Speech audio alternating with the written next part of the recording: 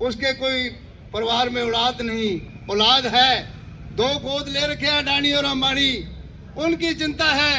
आम कर्मचारी और देश के मेहनत कश वर्ग की चिंता नहीं। उस चिंता को मिटाने के लिए आज देश की जनता, देश का आवाम, देश का कर्मचारी उसके लिए लड़ने के लिए संघर्ष पे उतरा है। उस संघर्ष को तेज करने के लिए और इस बिजली बोर्ड को बचाने के लिए, इस बिजली विभाग को बचाने के लिए आज जो शुरुआत कर्मचारियों ने की है, उनका हम CITU की तरफ से धन्यवाद करते हैं कि आप अकेले मत समझना कि हम केवल बिजली के कर्मचारी लड़ रहे हैं। उसके साथ देश की जनता, देश का CITU का तमाम एक एक कार्यकर्ता आपके संघर्ष में आपकी अगली कतार में नजर आएगा और देश की जनता उठेगी और इस सरकार को झुका के इस विभाग को बचाने का काम करेंगे। मैं मेरी बात को समाप्त करता हूं। सब साथियों का धन्यवाद। इनकलाब जिंदाबाद। धन्यवाद साथी बलदेव सिंह मक्का सर। अब मैं निवेदन करूंगा हमारे मजदूर नेता साथी बसंत सिंह से वो आए और अपनी बात रखें। साथी बसंत सिंह।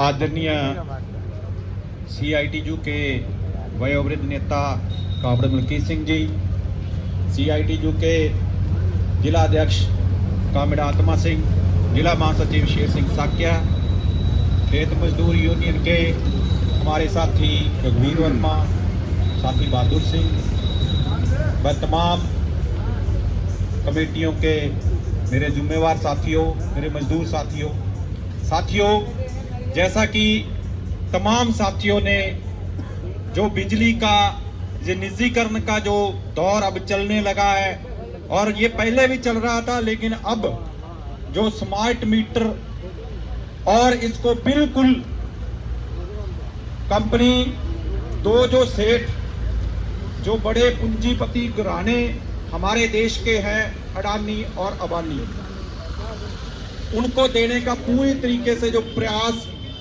सरकारें कर रही है, उसके खिलाफ जो आज का हमारा ये विरोध है, और विरोध नहीं, हमारे देश का पूरी की पूरी जनता सड़कों पर है।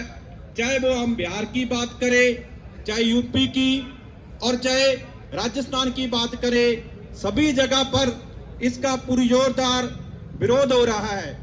साथियों, हम बात करें निजीकरण की, तो जिस तरीके से पहले हमारा BSNL का दूरसंचार का विभाग था, उसके अंदर मोदी ने अंबानी को, जो उसकी जियो कंपनी थी, उसको वो देकर उसका पूरा संचार का जो सिस्टम था वो सारे का सारा उसको सौंप कर और BSNL का इन्होंने दोबारा निकालने का काम किया।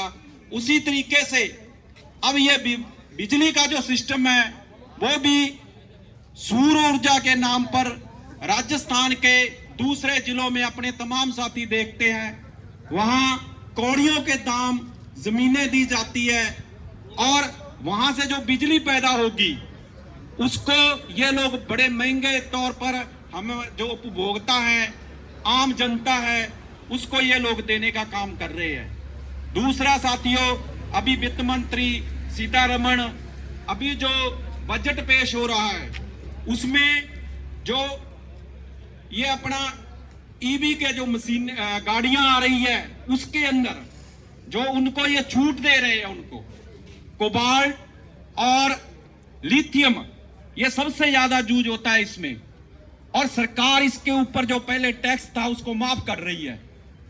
बहाना क्या दे रहे हैं कि जो उपभोक्ताओं को ये कार सस्ती मिलेगी। ऐसा नहीं है साथियों, जो क्योंकि इसमें लगातार इसको चार्ज करना पड़ेगा और इसमें किस चीज की जरूरत पड़ती है, जब चार्ज करते हैं तो बिजली की जरूरत पड़ती है ना। इसलिए साथियों, ये पूरी तरीके से ये प्रयास किया जा रहा है कि अडानी और अंबानी को, इस देश को बेच दिया जाए। एक पहले नारा लगाते थे लोग, कहते थे मोदी है तो मुमकिन है।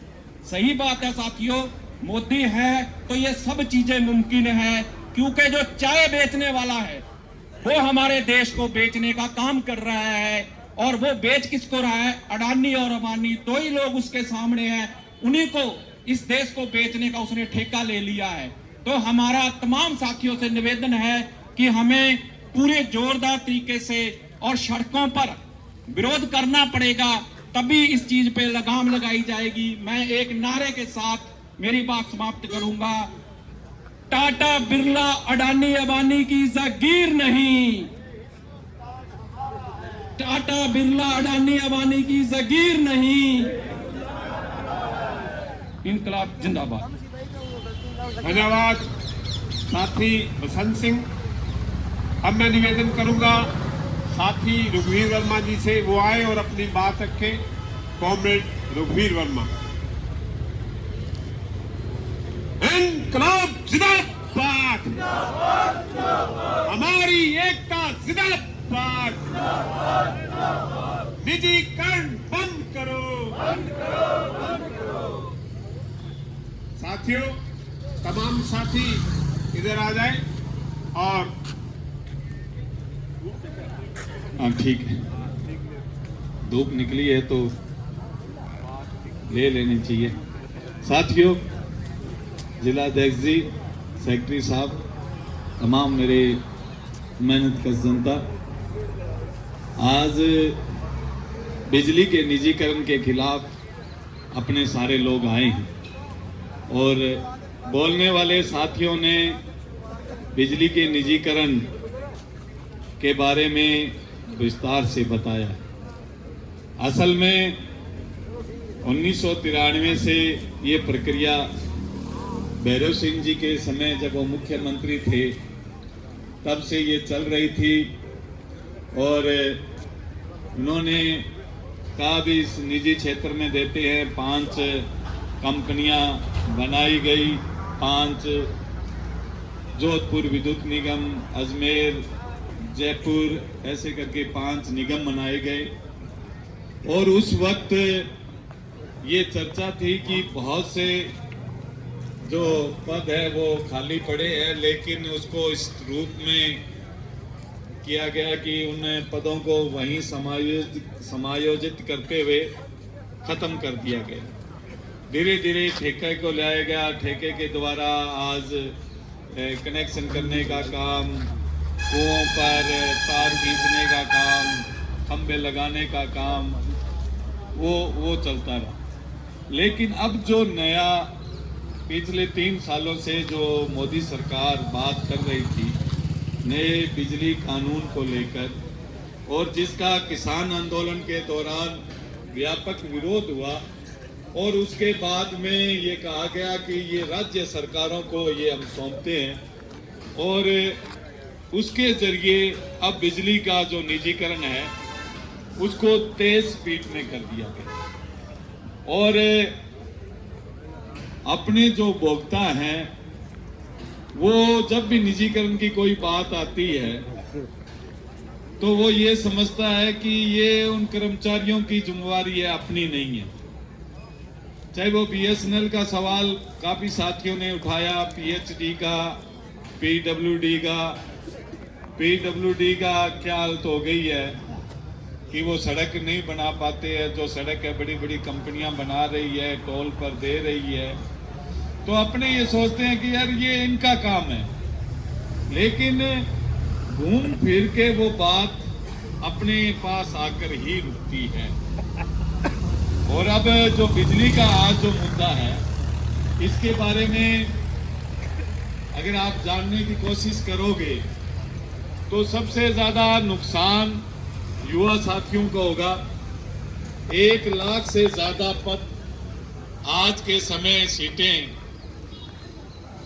राजस्थान के अंदर खाली पड़ी है इस विद्युत विभाग के अंदर, जिसके अंदर आपके बच्चे जो आईटीआई कर रखे हैं, बीटेक कर रखे हैं, इंजीनियरिंग कर रखी है, वो इस लाइन में थे कि हमें ये रोजगार, हमें ये मिलेगा। लेकिन ये निजी क्षेत्र में आने के बाद में आपके वो 1 लाख से ज्यादा पद समाप्त हो जाएंगे और जो बिजली है वो उसका दुगना हो जाएगा। अगर आज अगर आपने कहें कि भी 8 रुपए मिल रही है प्रति यूनिट